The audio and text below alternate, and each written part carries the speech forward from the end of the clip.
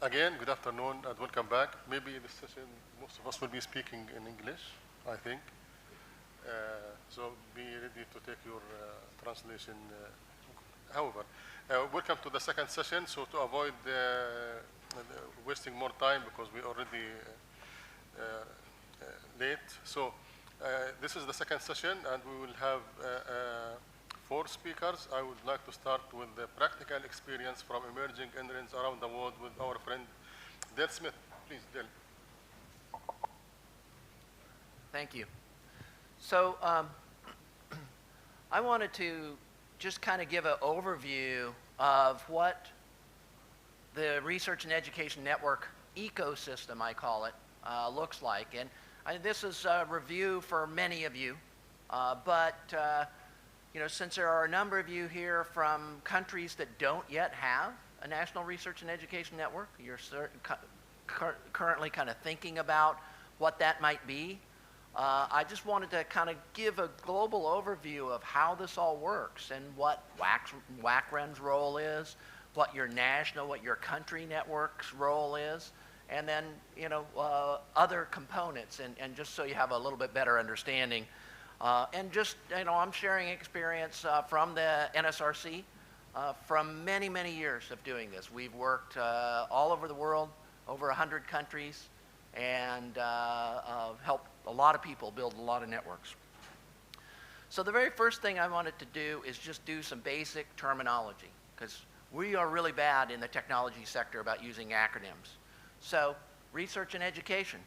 Often people call R&E networks. Well, it's research and education networks. And a research and education network is often called a REN. So we want to make sure that people understand these acronyms we're using. A National Research and Education Network is an NREN. And then globally, this is all really difficult to kind of understand how it all works. And so I want to take a look at that. But first off, I wanted to talk about what are the characteristics of research and education networks that make them different from the internet. You know, what makes them different from just commodity internet that you might have at your house, or many of the universities that are represented here in this room currently have from an internet service provider? Well, there's a couple of differences. First off is they're much faster. They have a lot of what we call headroom, so they don't run at full capacity. At any given time, they might be only 30% utilized, so that when somebody needs bandwidth, it's available to them. So, you know, the internet is like the street out in front here.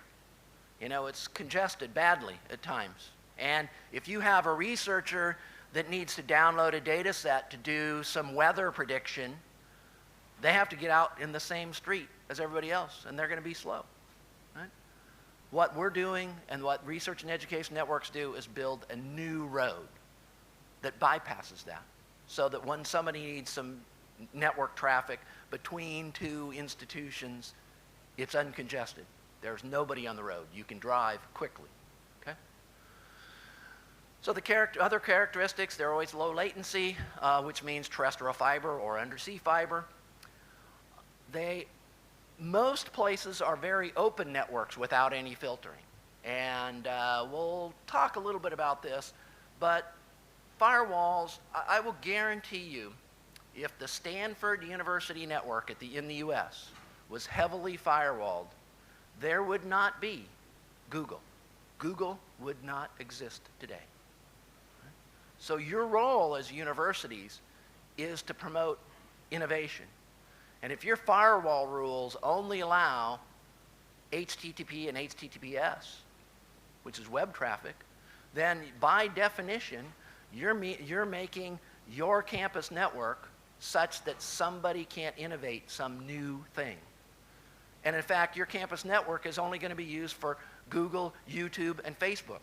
It's the only thing it's going to be used for. It can't be used for doing weather research so that some, you know, your meteorologists at your university could predict that this is going to be a dry growing season, because guess what? Weather data needs BitTorrent. You block BitTorrent, right? Because BitTorrent is bad. It means you can't do weather research. So, you know, you're going to need to think about what you're doing on these networks. So why do people build RENs? And why, if you look around the world, and I have some great maps, I love maps, and you'll see a lot of maps, but why around the world everybody are building these networks? And there are a couple of common themes. The first theme is enable something that you can't do on the normal internet, right? That's the big reason. But another reason is a cost savings club.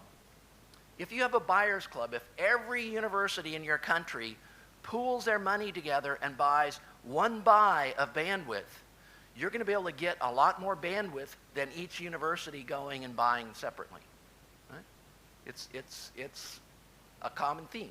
You know, if I go to the market and buy bananas for 1,000 cephas, I can buy one banana. But if I go buy a truckload of bananas, every banana is going to be 10 cephas. So I can get 100 times as much, right, by buying in bulk. And then successful research and education networks find there are unanticipated benefits. Just by getting people with a common cause and common problems in the same room, like this, talking together, you find things that you can do together that you never really considered. So again, we're building capacity to support research and education. We understand that in this region and in many emerging regions, probably the driving force is education and not research. But once we get education going, and we've lost the screen. Oh, just that one. So once we get enough of our students educated, then they can start doing some research. But education is really the primary thing. And I can't emphasize enough, and I don't really have enough time to go into it, but buying all service from your local ISP. If all you do is go buy bandwidth from your local ISP, you're never, ever going to be able to get yourself out of the hole of negotiating with them, trying to get the bandwidth cheaper. If you pool your money with all your neighbors and build a national network, you can start using your money to make investments in that network, and it will be much faster.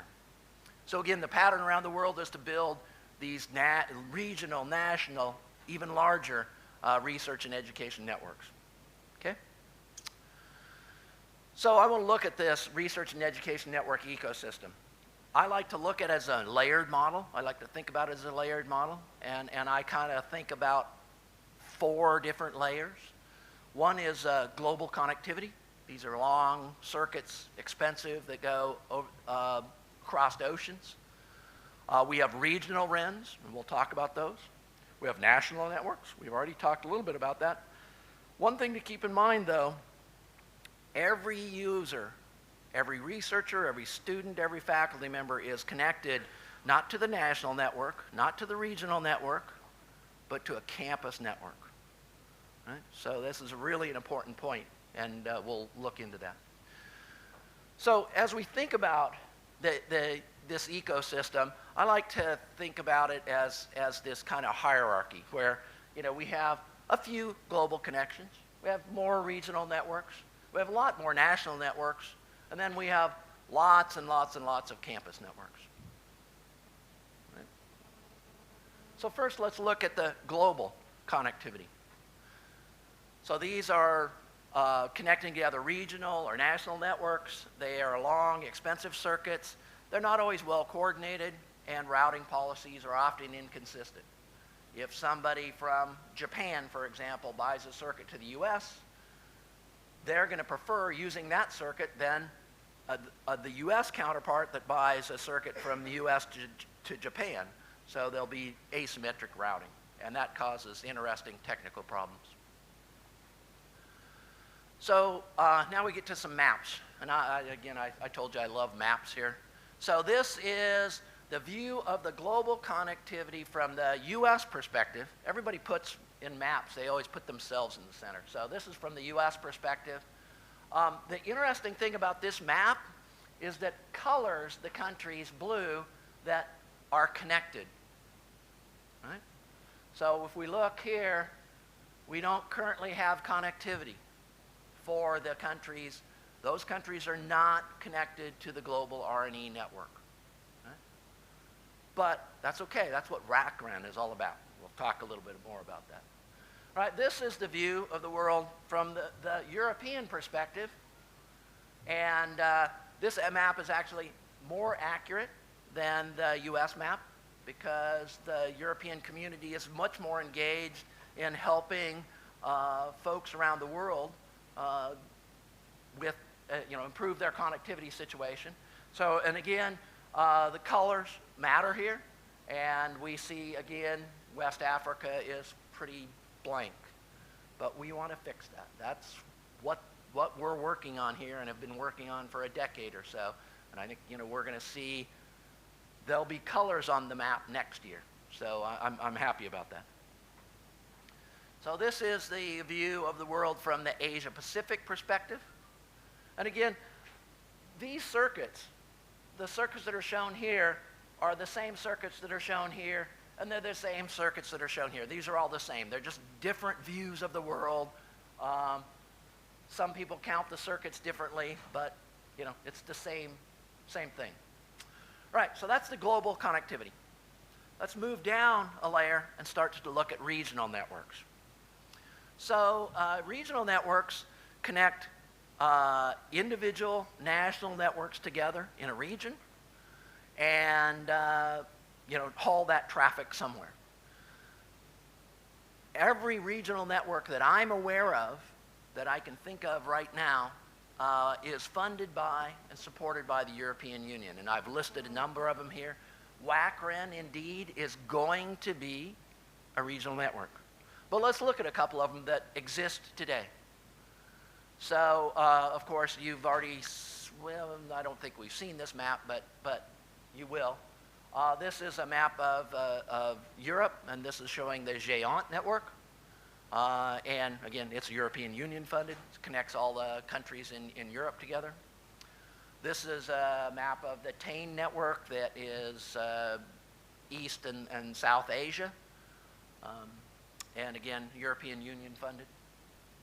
This is the Red Clara network, again, European Union funded. But these are regional networks connecting large swaths of many countries together and getting them connected through various ways to Europe and possibly to the US. And I might point out that, while I am saying the European Union is instrumental in these networks, the US actually has investments in some of these circuits that they assist with partners. So both on this map, there are some circuits there that are paid for by the US, as well as at the global level, there are some circuits. So let's talk a little bit about national networks. And this is where I want to get into some technical detail a little bit, because many of you are starting to think about national networks. Some of you are farther along. I mean, there's several of the countries that have operating national networks. Several of them are just almost there. And then some of you are starting to think about it. So these are the networks in your country that provide services to universities, to colleges, to research labs, whatever you decide you're going to connect up. They're often ran by or hosted by one of the leading universities in the country. And these national networks often provide some value-add services. And things like video conferencing, voice over IP. Some of you have heard of things called EduRoam. The national networks will be involved in those kind of things. So this is just a diagram, a little network diagram. So, if we have WACREN here, we'll have a country network here, and maybe in Cote d'Ivoire, and then maybe in Ghana, GARNET, and those are connected to WACREN. The individual country NRENs have universities connected to them, right? So this is one strategy for how a typical national network works. There are two basic models, and we haven't necessarily seen people make mistakes in this region, but in other regions I've seen people make big mistakes on the national network layer that cause all kinds of problems. But there are two different models for building a national network. One is where the national network only carries traffic to other national networks and between the universities. So if there's traffic from your university, it will go to your NREN, it'll go to Europe, it'll go over to the US, and it will finally come to my university. But if the traffic is to Google, it goes to your internet service provider, right? So a peering network is just a network that carries traffic between these peers. So it would provide international connection to Europe, and it would carry traffic between universities. The second model is where the Research and Education Network provides all internet connectivity. Essentially, it replaces your ISP. Right? So the REN becomes the ISP. So little diagrams here. So here's your NREN. And each university still has connection to an internet service provider. Some of them might be connected to different internet service providers, but each university or each connected member has 2 connections. Right? This is common in parts of Asia, where the NREN is acting as ISP. It's simply each university just has a connection to the NREN. The NREN buys service from internet service providers and connects to the regional network. Or it might actually get its internet service from the regional network. Maybe WACREN will be buying very cheap connections in Europe, cheap internet in Europe, and bringing that down just to drive down your costs. Okay? So there are big implications for the universities. So if the NREN is a peering network, the university still has their own ISP, they connect to the NREN, they have 2 connections. This is very difficult to manage, and I'm not going to go into the details of why that is.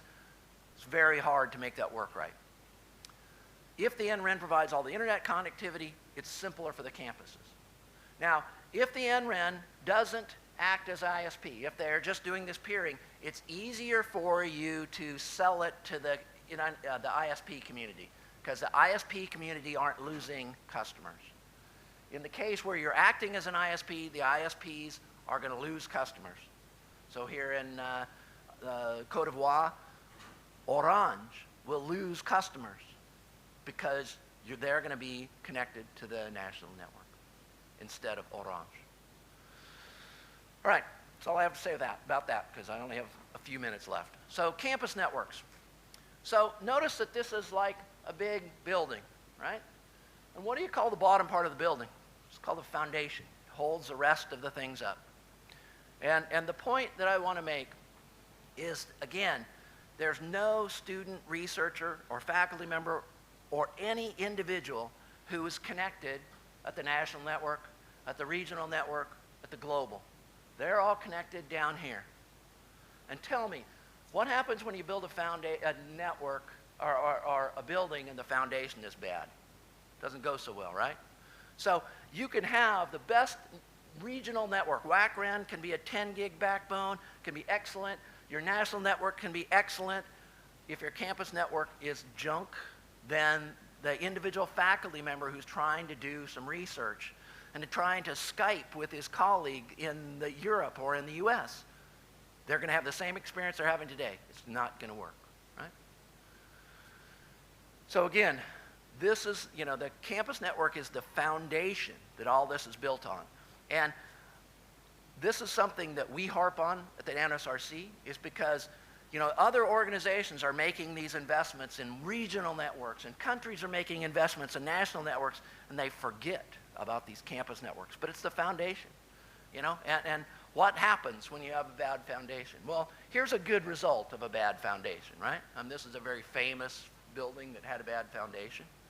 But, there's some bad foundations that went kind of poorer. So, we want you to think about, this investment in campus networks.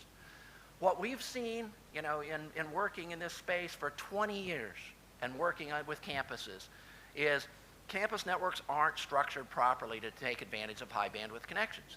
If you have, a 5 megabit DSL connection to Orange, it kind of doesn't matter what you have on your campus. Everybody's going to see poor performance. It's just going to be junk. But if I unplug that 5 megabit connection and plug in a gigabit connection to your national network, the people in their offices are still going to have the same experience because your campus network is junk, right? It has to be properly structured. It has to be ready to meet the performance requirements.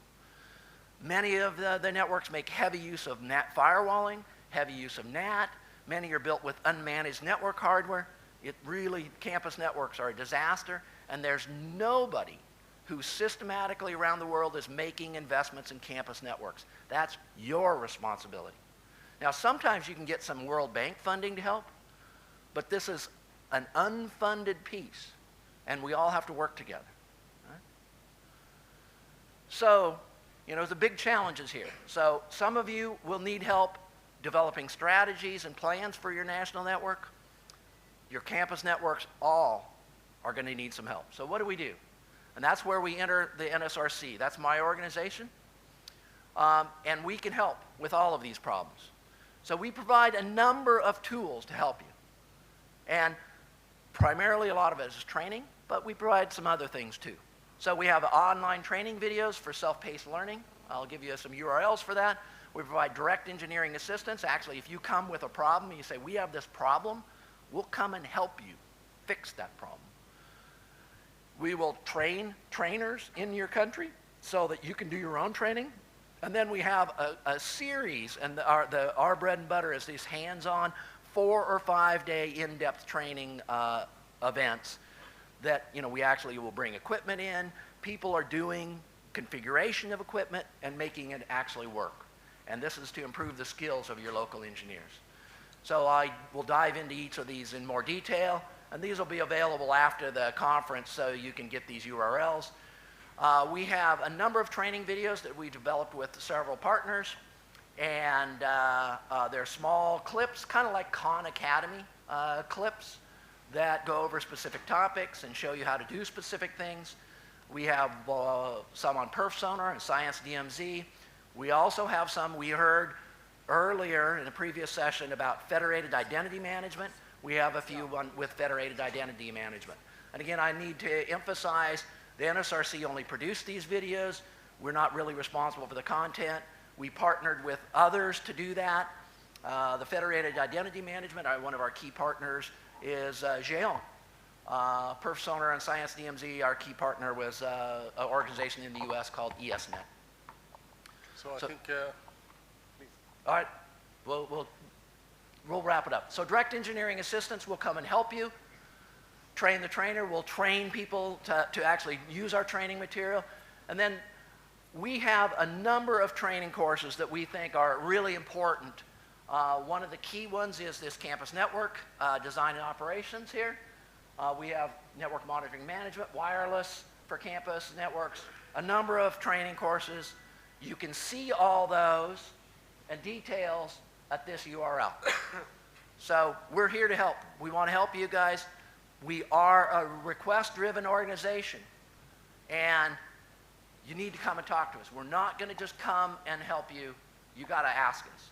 So to ask us, see me today or tomorrow, or email a request to nsrc@nsrc.org.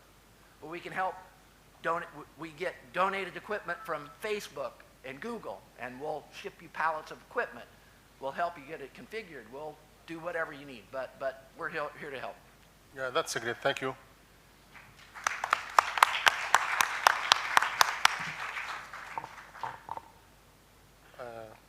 Allow me to move to the next speaker, our colleague Ognjen from GARNET. He will be speaking about MAGIC and VICM as examples of global research and education service sharing. Thank you. So thanks. Thank you, Yousef.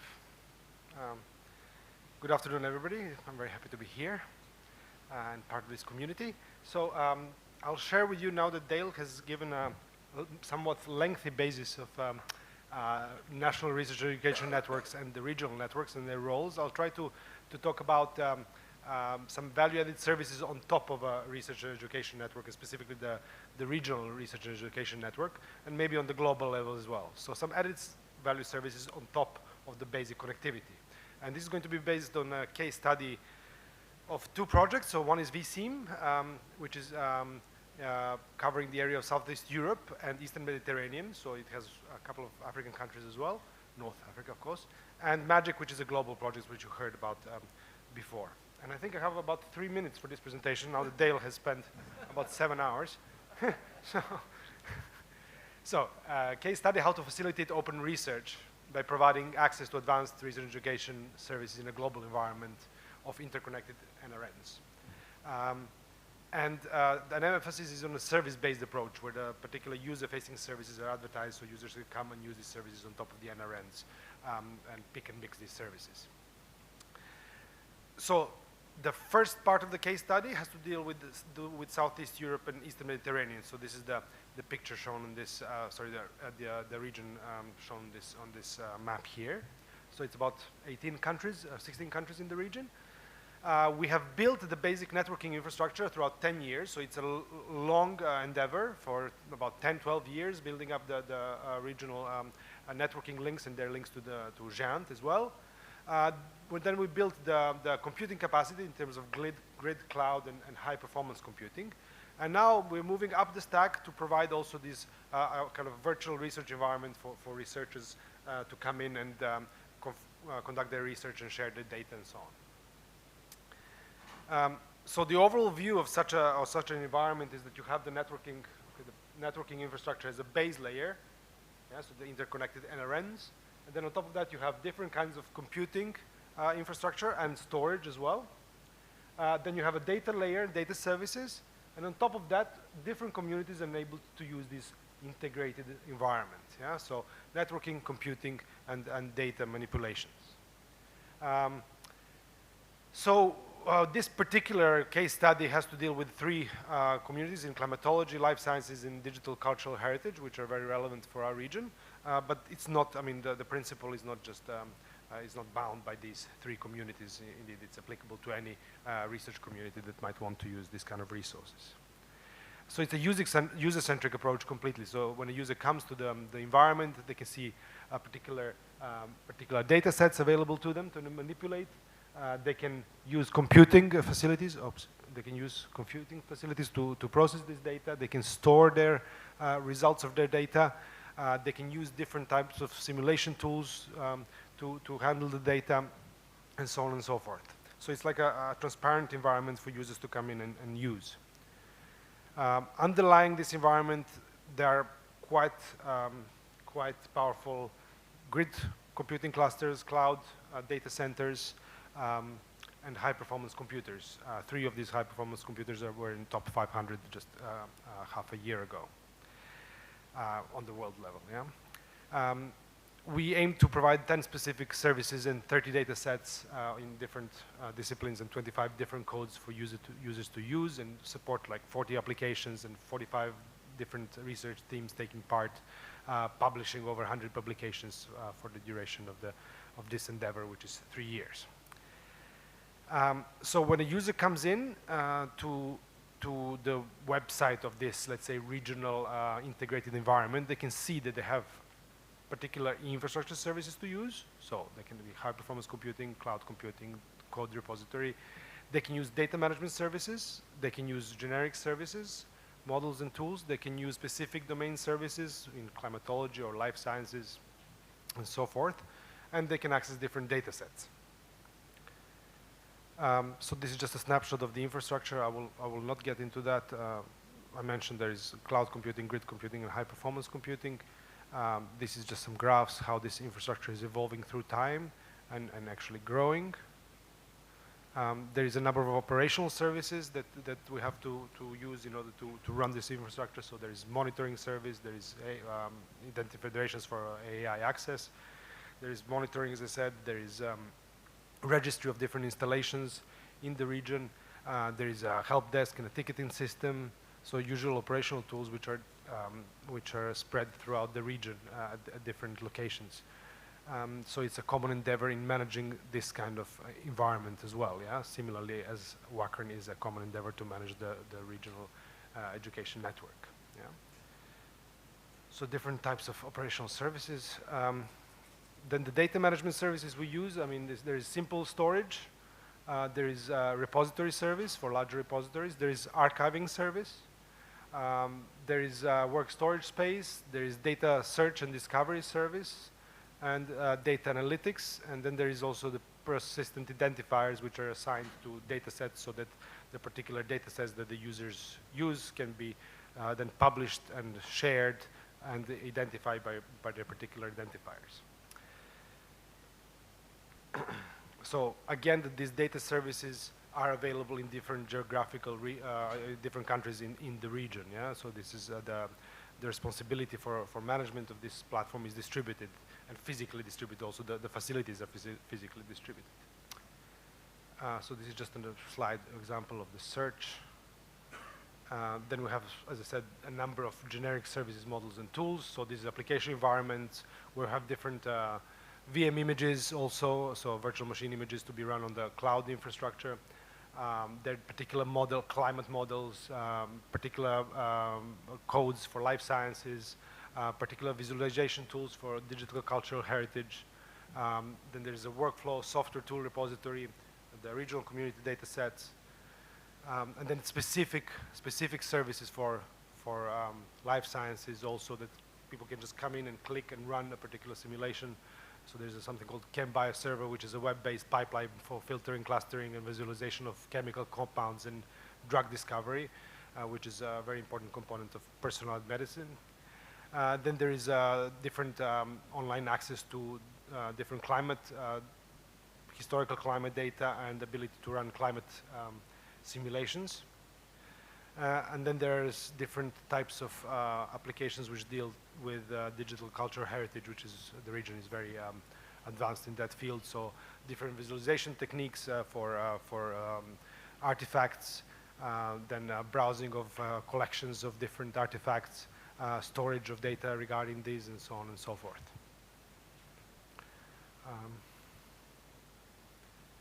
And then within there, you have a number of different research teams in the region collaborating within themselves and using these specific services in different fields. Yeah? So they can regional climate modeling, local climate modeling, weather forecasting, air pollution, environmental applications, visualizations, data sets, and so on.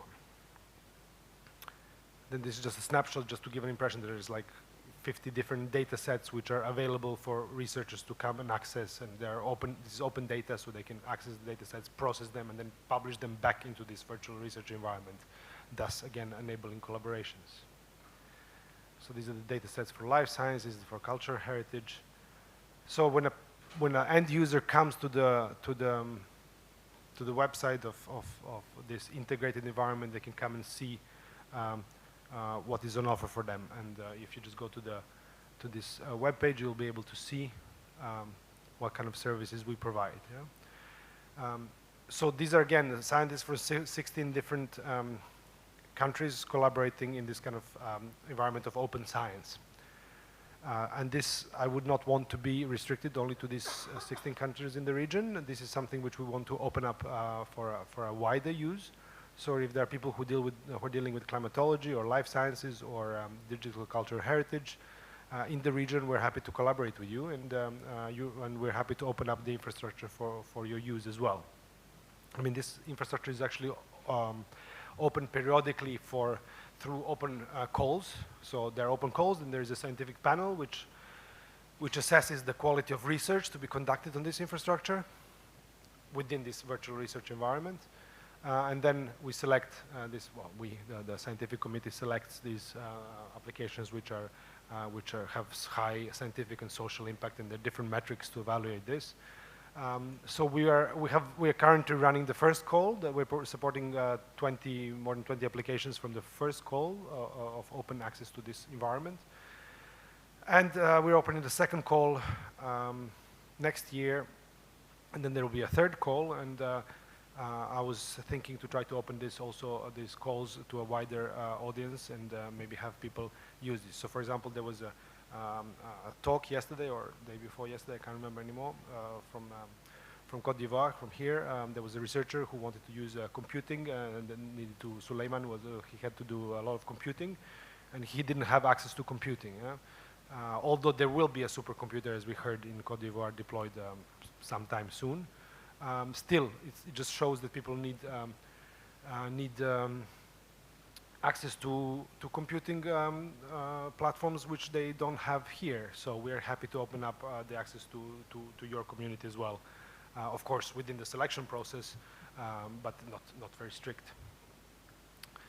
Okay, training, I will not talk about that.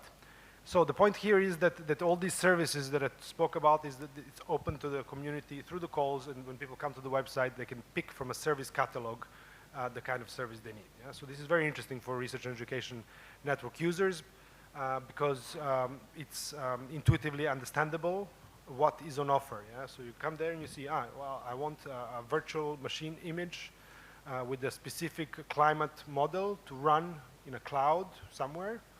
And when the particular calculation for climate simulation within this or that period is finished and the output results are produced, I can publish these output results, assign a persistent identifier to this data set, and I can republish it into the community.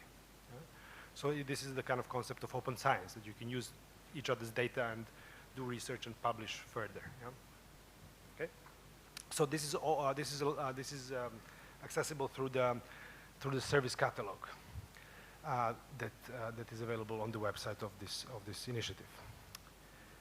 So another initiative that you heard about last couple of days is MAGIC. Tanya was presenting this at least 2 times during this last couple of days. So this is a project which is coming to an end. There were different developments there you heard about in the last couple of days, but for those who've been here. But amongst other things, there is an application service sharing platform is available with this project as a catalog. Yeah? So there is a catalog of services, again, for also in MAGIC project, which is based on a giant cloud catalog that we were developing a couple of years ago. And there are a number of services provided in there.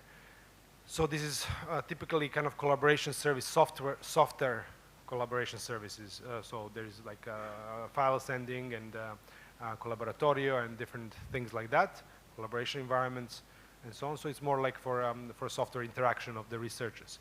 Nevertheless, there is a list of those services, and we want to increase this list in this project called MAGIC and beyond, and publish different services there. Now, some of you are aware that WACREN is had this open pilot call for cloud installations in West Africa, which hopefully will be open to the user community in West Africa, which is based on the Greek, on our CINEFO software.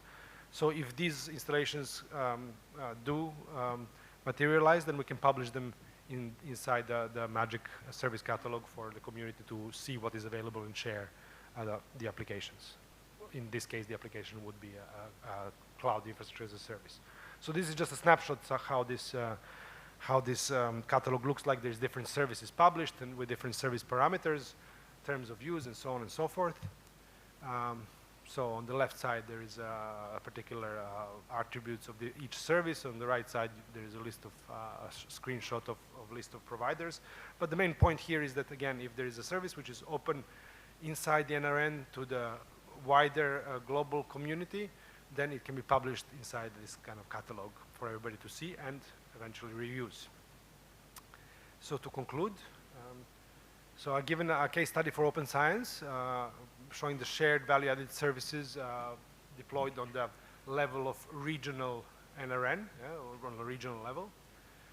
And the very important thing here, and really the bottom line of all this talk, and is really the sharing of the resources and skills. Yeah? And this is what we have learned in the last 10 years of our endeavors, is to share the resources as much as you can. So when this supercomputer does get deployed in Cote d'Ivoire, it's very important that it's open to regional research. For example, we have our supercomputer in Greece, and it's really heavily used because there's a lot of research teams, but still we give, I can't remember exactly, between 5 and 10% of the cycles on our supercomputer are open to another 16 countries in the region. So they can come and use it.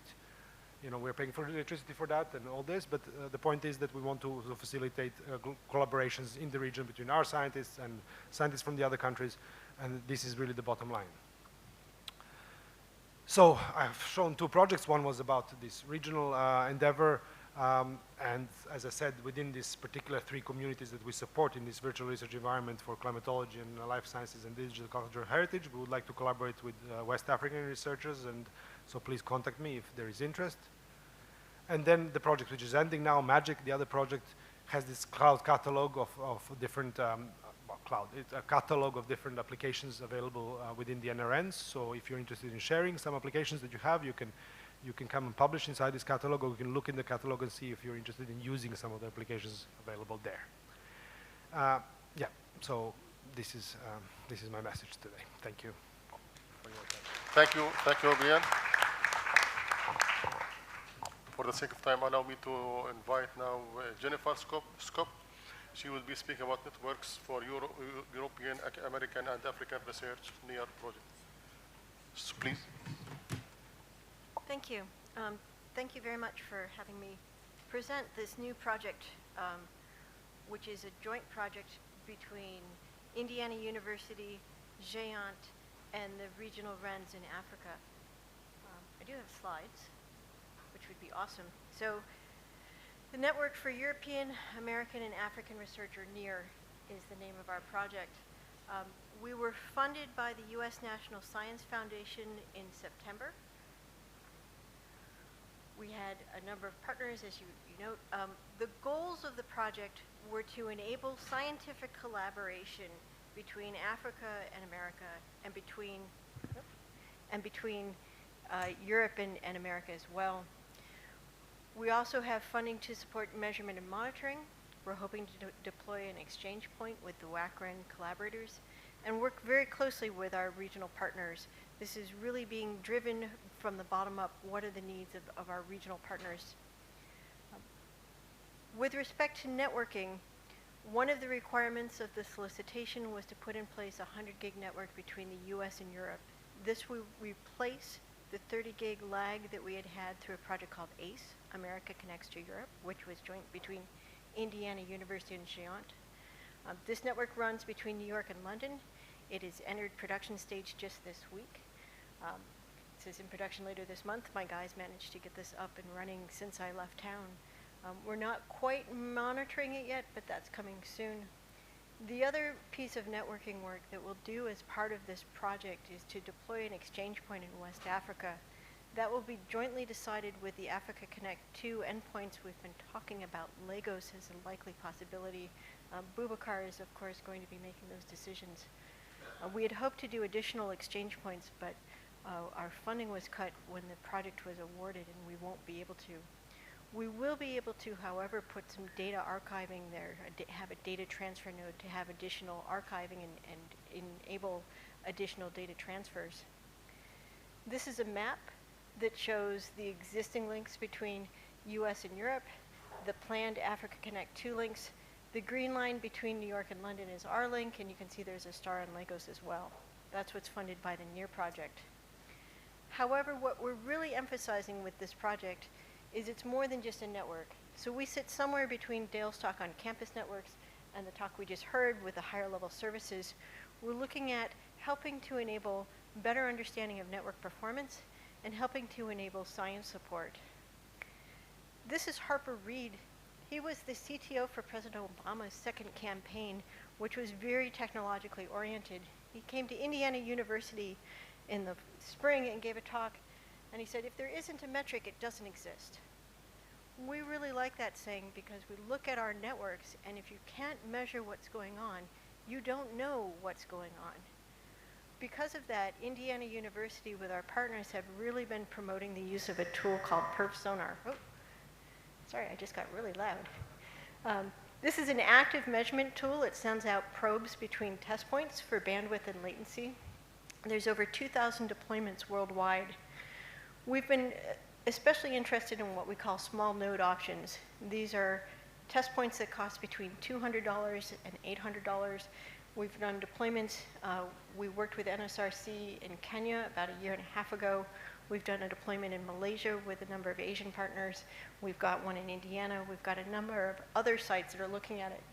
In Kenya, we deployed 7 different nodes. These were 1U boxes to do test points across their network. They decided how they wanted to have testing. They tested all of their out-region test points to the 2 core nodes. They had additional archiving at the core nodes, and it really changed how they looked at the network. They finally had something where they could come in the morning and say, hey, how is this doing? What's going on? Am I seeing loss? Am I seeing the kind of bandwidth I'm expecting? We've been trying to emphasize persona as a tool. Because of this, if you can't measure it, it doesn't exist. We're hoping to do several workshops in each region. I've been talking with a number of you this week and when I was at the UbuntuNet Connect meeting in the fall. You can deploy test points to talk to different meshes and to run different tests. It's really a very flexible framework, and we're hoping to help extend it here in Africa, especially in WACREN. The other piece of measurement data we've been using for some of our other projects is flow data. So this is a passive data collection that captures the headers for every flow between two endpoints. It really helps us understand who's using a circuit, who's having problems using the circuit, who your big users are, so that you know, okay, a third of our data transfers are coming out of this one data archive.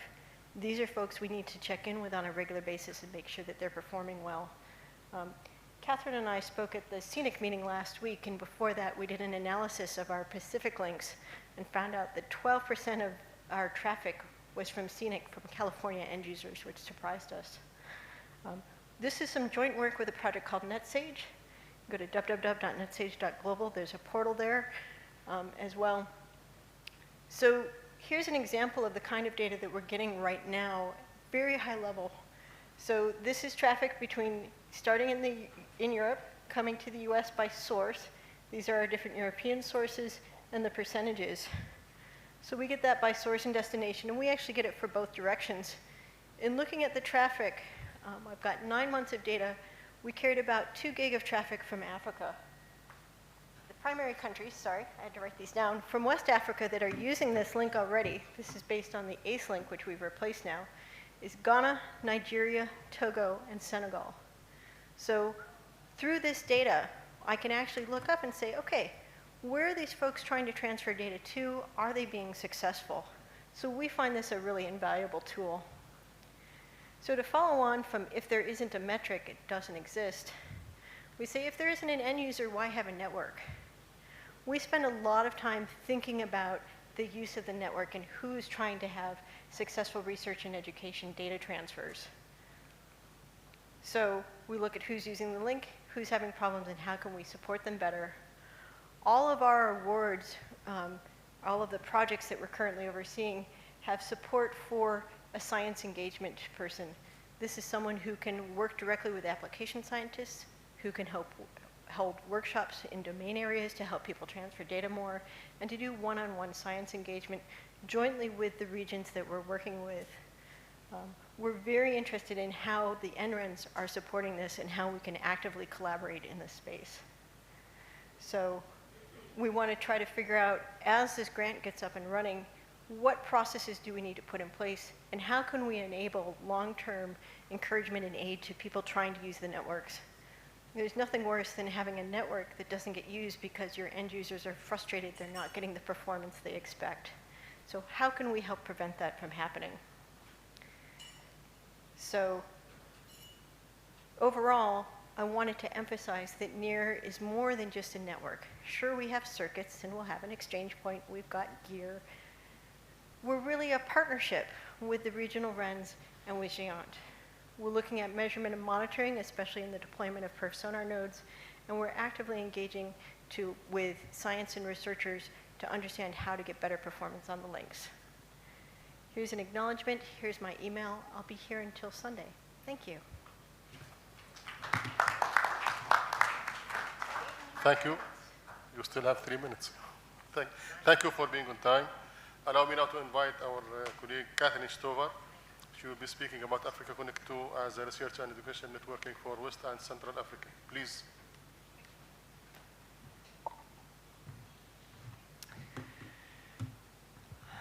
Hello again. My name is Cathrin Stöver. I work for GARNET, as I told you already this morning. GARNET is the European Research and Education Network, a pan-European network. Can you bring up my slides? Yes, thank you. Great. So before I start, I'd actually like to say a couple of words about the NEAAR project myself, because I'm particularly happy with NEAAR, because this is the first time that, you know, America and Europe have come together in a joint project together with Africa. And I think that's really good, because we're all sitting in one boat, rather than, you know, having a couple of boats and asking our African partners to jump from one to the other. So I'd like to thank Jennifer for that. So that's great, thank you. I want to talk about Africa Connect now. You've all heard quite a lot about Africa Connect, and I was wondering at one stage, what do you actually know about it? So let's talk a bit about the project. Which button do I press? Oh, right, that's good, the wrong way around. Of course, the arrow is more. Yeah, okay. Thank you. So we had an Africa Connect 1 project between 2011 and 2015. This was the result of 5 years of lobbying with the European Commission. Since 2006, we've been basically talking to the European Commission about the fact that sub-Saharan Africa doesn't really have any NREN connectivity except for South Africa. So in 2011, we finally received 14.75 million euros from the European Commission, from DG DEFCO, from a colleague that used to work with Stephanie, for the interconnection of Southern and Eastern African countries. And we worked together with the UbuntuNet Alliance to put this in place. And then in 2015, as you've well heard, Africa Connect 2 started, and the difference is between Africa Connect 1 and 2. Africa Connect 1 was just Southern and Eastern Africa, whereas Africa Connect 2 is Pan-African, however, is split in 3 more or less natural geographic areas: Western Central Africa, North Africa, and Southern and Eastern Africa. Africa Connect 2 receives 20 million euros from the European Commission. The African partners have to contribute 6.6 million euros to this. More or less half of that amount is collected in Southern and Eastern Africa by the UbuntuNet Alliance. And Western Central Africa have to contribute 2.5 million euros altogether. The project ends in November 2018. We have another year and a half to spend the money. But the fact is that when you build networks, you don't want to build them on the last day, because you need to have some time running them to prove the value. And that is why, at this point in time, you see us all a bit twingy when we realize we don't have the funding, the counter funding for this project yet. So the 3 regions are here involved. The regional approach really picks up on the fact that North Africa has had funding from the European Commission for a while through the UMET Connect project, while at the same time the UbuntuNet Alliance received funding in 2011, whereas West Africa had not received funding at all, and that also influences the funding scheme overall. It's a bit complicated to go into that now, but it makes a lot of sense when you consider the state of development of the NRENs and the regional organizations. So, a Pan-African research and education network in the making. So this is the picture of pre-Africa Connect 1. So as you see, we used to have quite a good amount of connectivity coming out of North Africa. That was funded through the UMET Connect project, again funded from the European Commission and implemented between GARNET and ASREN and the partners in North Africa. And then we had one connectivity to South Africa. South Africa historically has always been connected to us. I think they've had a link in place since 2002, as far as I remember. This is the picture after UMET Connect 1. You see that a lot of countries have joined the UbuntuNet Alliance into the regional network. ASREN still has the connectivity in North Africa. A couple of countries have disconnected, and Yousef explained why. And you see the big green blob, which is West Africa. These are the countries that do have NRENs, but they don't have connectivity yet. And now I think I want to really tell you a little bit about what we do. What do you do there, these GARNET people? So what GARNET is really known for is we're a procurement organization. We procure capacity in Europe for 40 European countries into this wonderful backbone that Dale showed you earlier. And we procure capacity around the world. We go and when we say we build a network in Asia or we build a network in Latin America, what we really did is go with a tender to the marketplace, engage with the local telecommunications market, the providers, engage them in competitive dialogue. We tell them what we want, but then we ask the market to actually tell us what they can give us, and then we dialogue on that, because we understand it's a give and take. And then after that, normally the result is the best possible solution within the given marketplace. And of course, we're talking to the submarine cable providers, some of them happily sponsoring this event at the moment. We're talking to terrestrial providers. But what we see in our tenders is very often that providers find it quite difficult to respond to a tender. Why is that? Because we tender under European procurement rules. We need to follow European procurement rules. We need to follow the rules of the UK procurement rules, because that's where we are effectively buying the contracts. And some providers find that a little difficult. I sometimes have the feeling that you can buy a lot of things, but you can't buy them necessarily in a formal solicitation and procurement.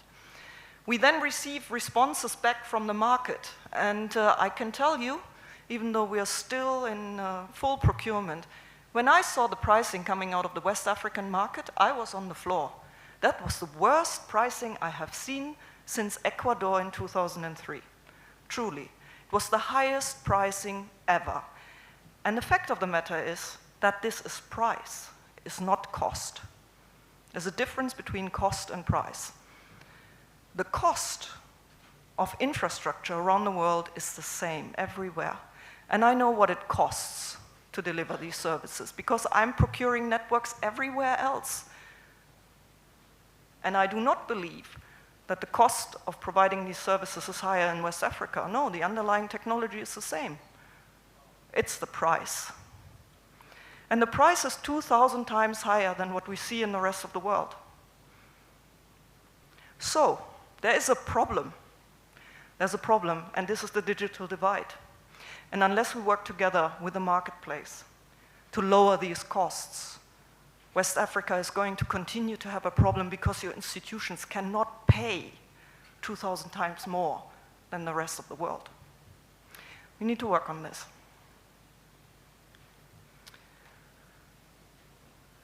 And that is what we do during our dialogue with the providers. We challenge them.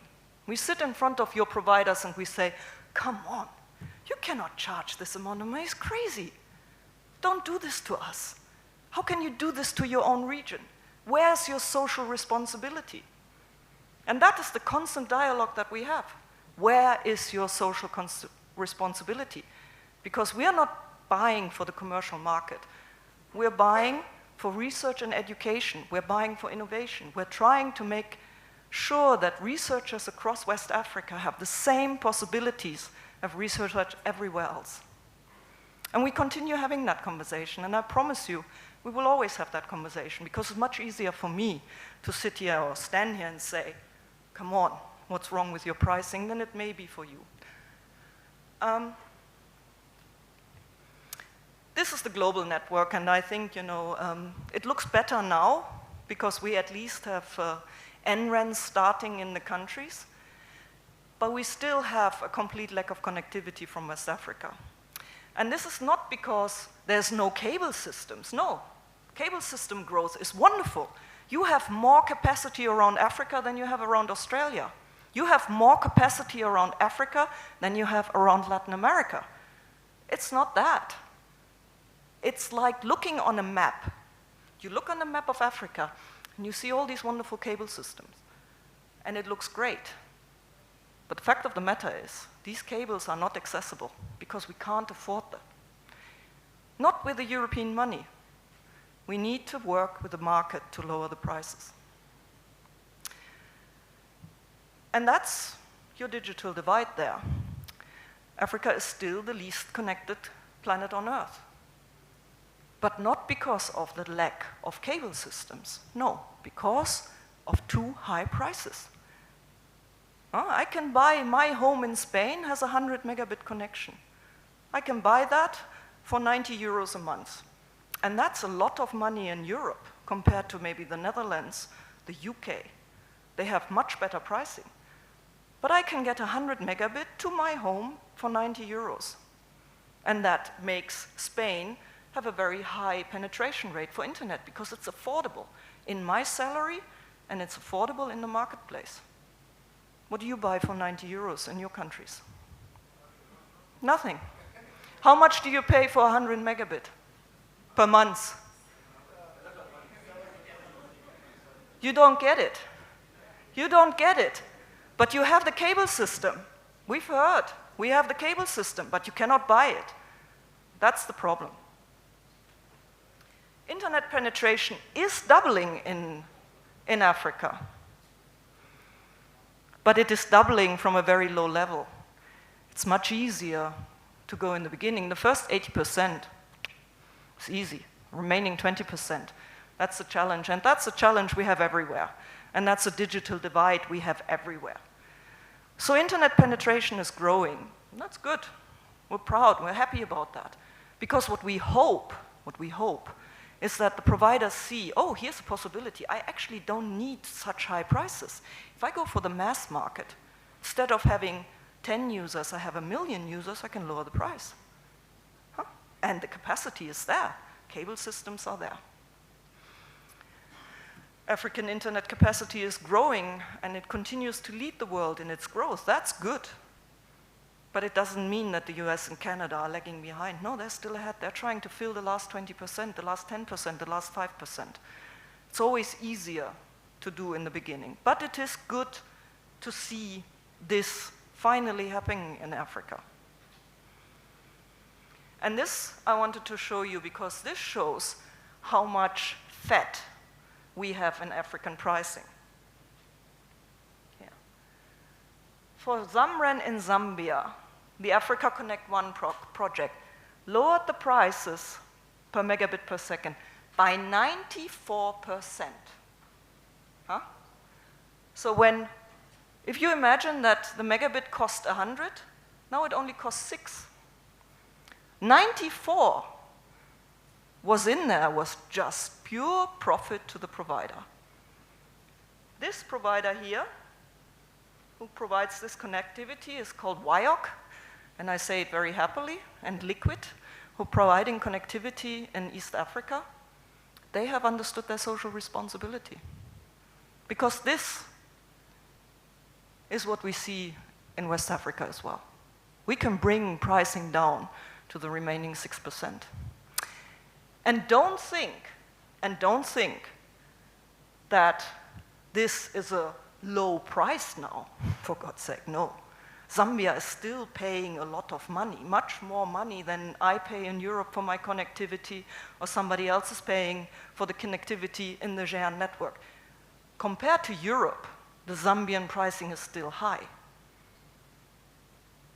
But it is 94% lower now than at the beginning of the Africa Connect 1 project.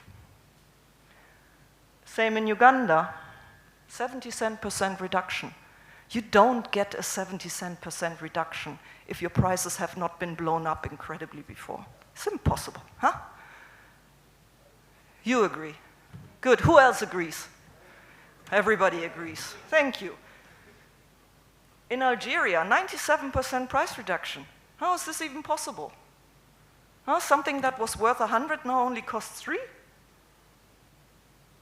The price was always less than 3. The cost was always less than 3. There's still benefit in the 3. The 97 went into somebody's pockets.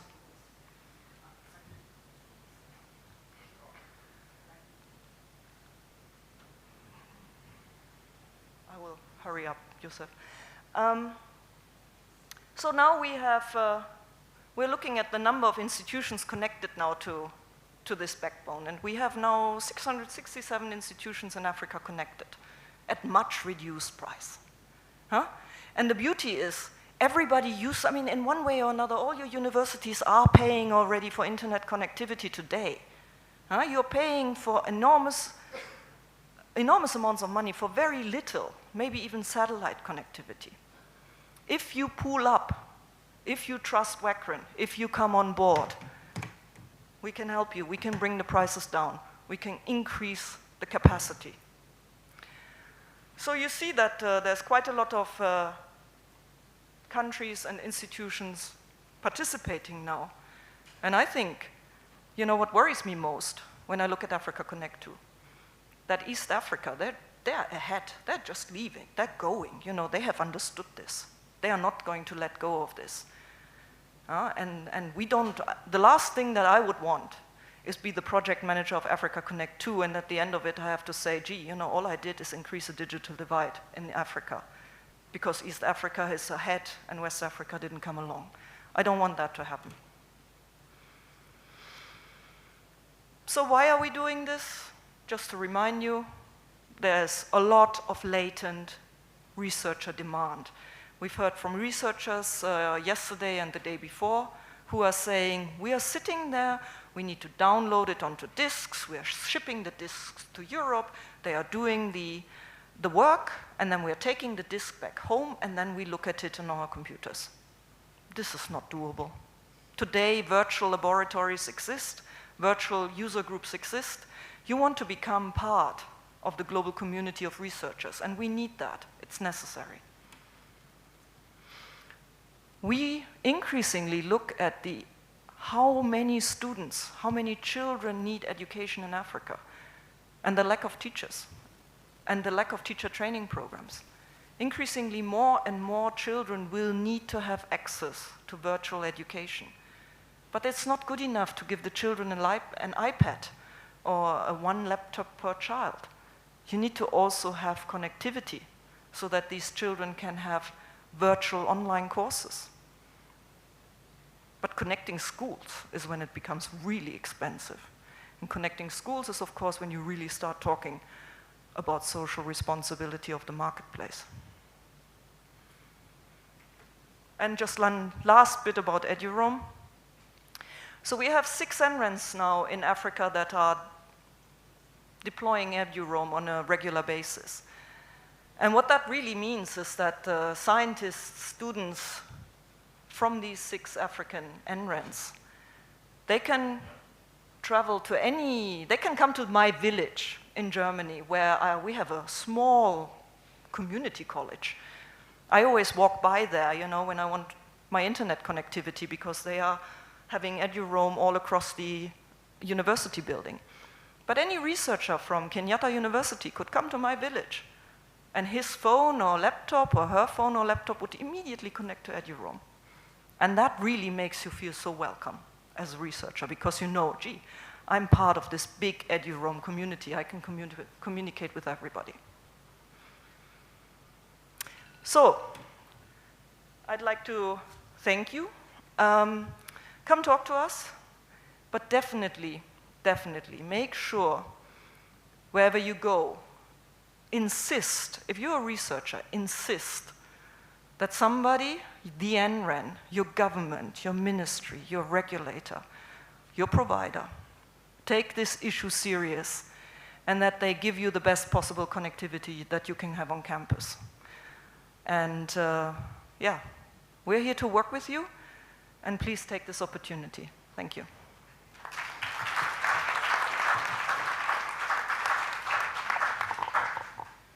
Thank you, Cathrin. We can have 2 to 3 questions if there is any question or comment.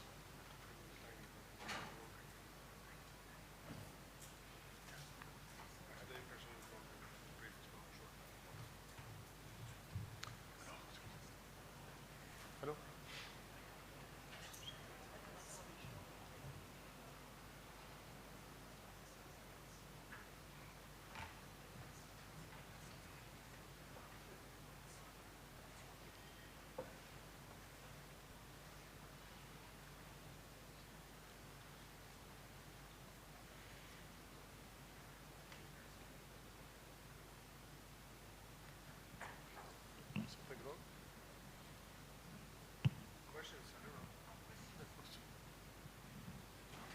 Hello. Hello.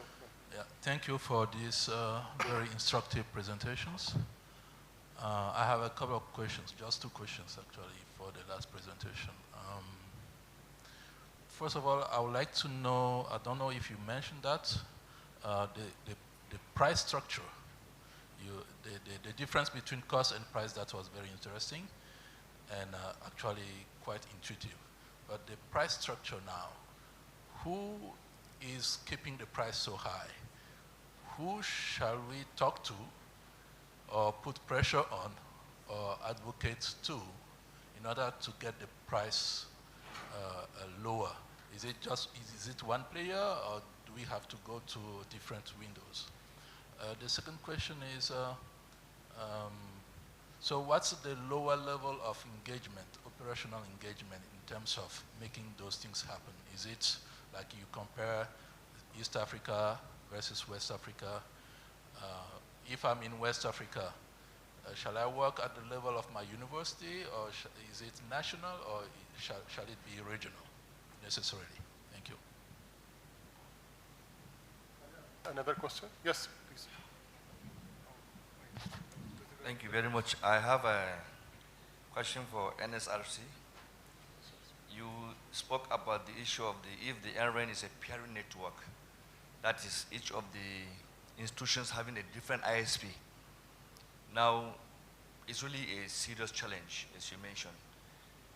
What are the suggestions? Do you now say, okay, you put a timeline after the expiration of your subscription by social time?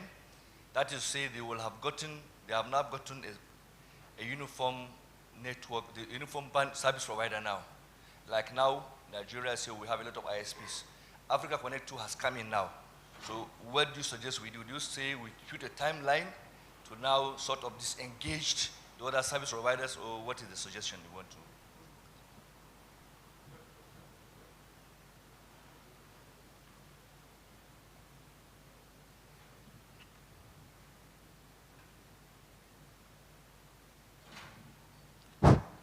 Thank you very much. I would like to, about the MAGIC and VSIM,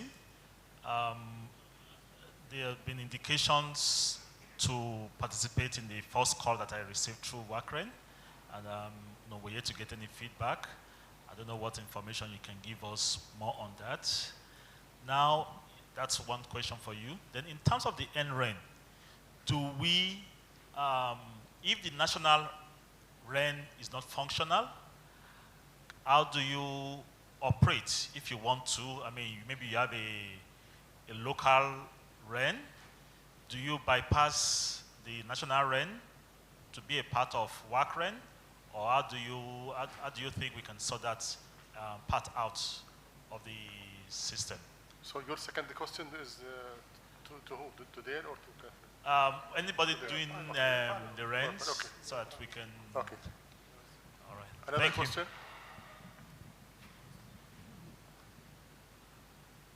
You. Hello?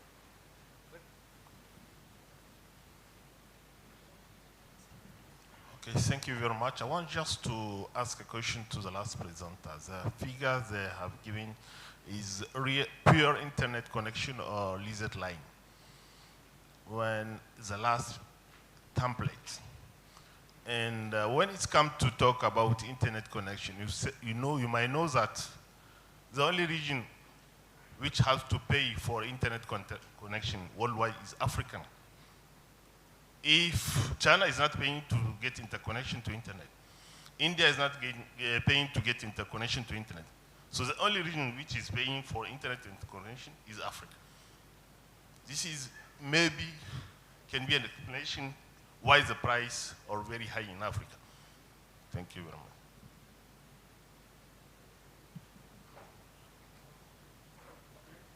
The questions? Okay. One more question. The last question, please. Yes, Stephen from Nigeria. Dale talked about the need to have the NREN situated in a campus that has a very good structure.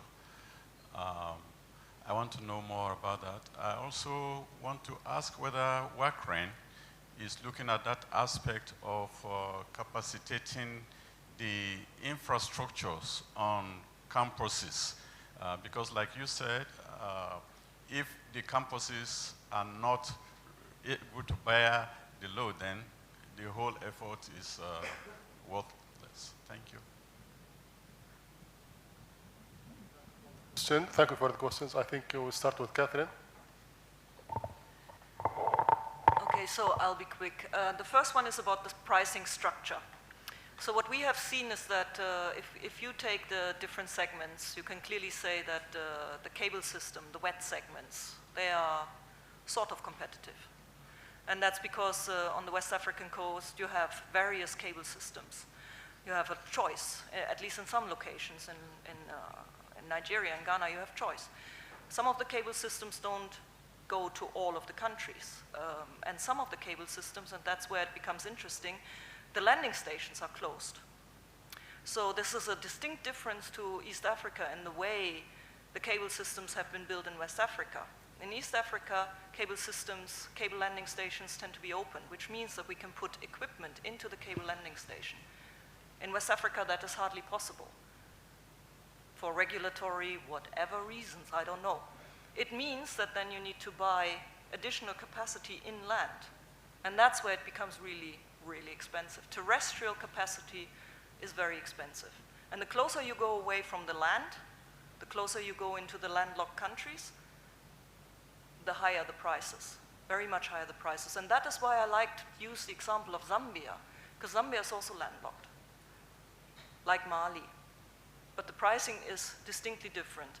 So yes, so I think the difference is really in the way the consortium have been building the cables across West Africa. In East Africa, there is the EASY cable system. EASY cable system has always been open access. There's a commitment to open access in that cable system. That doesn't exist in the West African cable systems, and it is a real difference. Where do you influence? I think you always influence on the level that is really yours. So if you are on a campus, influence on the campus.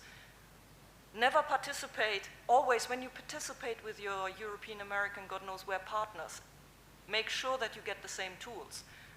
Tell your administration that you cannot use the same tools as your American or European partners. I think you need to be more demanding in what you have. Stop, just make sure that people understand you're unhappy about the connectivity that is currently given to you. Is it internet connections or leased lines? Well, we are trying to buy IRUs. This is one of the ways we want to do sustainable models. And we can buy IRUs. IRUs are indefeasible rights of use on cable capacity. We can buy that on the submarine cable systems to a certain extent. We won't be able, I don't think we will be able to buy that to any of the landlocked countries, and that's a pity. Why is that? Oh, because it's not offered. Not offered. Do we provide infrastructure on campuses? Africa Connect 2 cannot. We cannot invest nationally. We can only invest regionally. And we understand that that's a problem, and Dale made that point very clearly. We understand that every dollar you spend regionally is $10 you spend nationally, and $100 you need to spend on your campuses. That's very clear to us. But we cannot act regionally. But we do have funding for training. And we actually work together with the NSRC. Africa Connect supports the training from the NSRC. We're all friends here in this panel, you need to understand. We work together with the NSRC. Jennifer also has some training funding available. Africa Connect has funding available for travel and per diems. We all join up. We try and make it really easy because we all believe that it's necessary. Ognjen, please. Yes, the short question I had was when will the infrastructure that I presented would be open?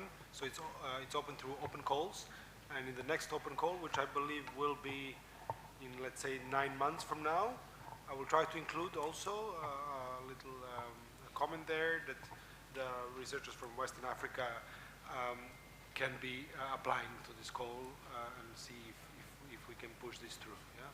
from these three disciplines that I mentioned. So to use the data, to use some computing if necessary, and so on. So in about 9 months from now, I think this is the estimate. So, and there were a couple of questions for me. I'll go through them very quickly because we're out of time. So we had a question about this issue of the national networks and whether you had 2 connections on your campus, whether it was a peering network or whether the NREN was the ISP. And then there was a question about timeline. My advice for you, and one of the things that we think about on this side of the table up here, is how do we build something and help you build something that's sustainable, that we don't have to continue to subsidize. I will guarantee you that unless your campus takes the money it's currently spending for internet and starts spending that on your NREN, it's not sustainable. None of it's sustainable.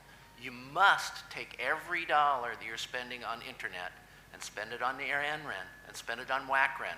That's the only way it's sustainable, particularly if this activity can make the price 97% cheaper.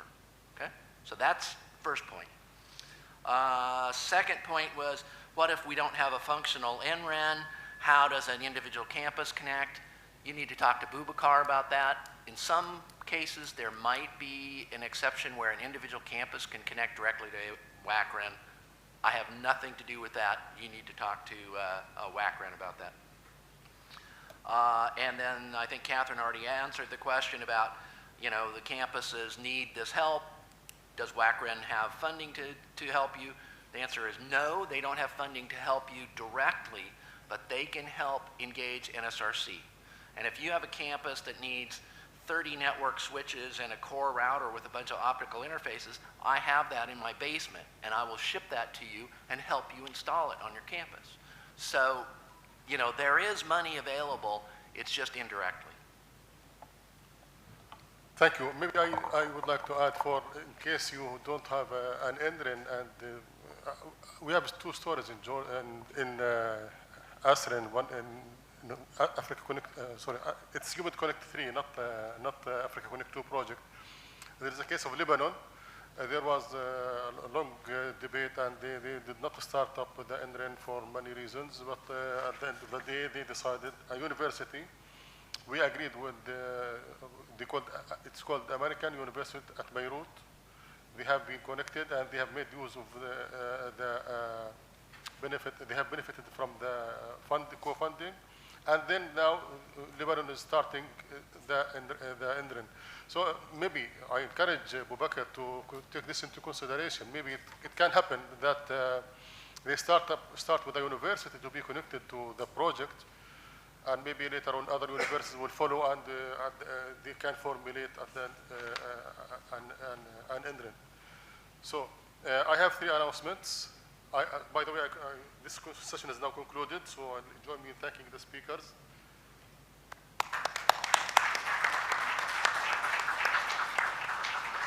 I have 3 announcements for you. I will start with the 3rd one, which is very important. The 3rd one is the coffee break is 15 minutes. The 2nd announcement, tomorrow all sessions will be at the Azalai Hotel, so thank you for that. And the first announcement, I think it will be the gala dinner. It will be today at 8 p.m. The restaurant, can you read it? Le Réservoir. Not good English. You can see the website for details, and you are welcome, invited by WACREN, so thank you for this generous invitation. So see you in 15 minutes, please.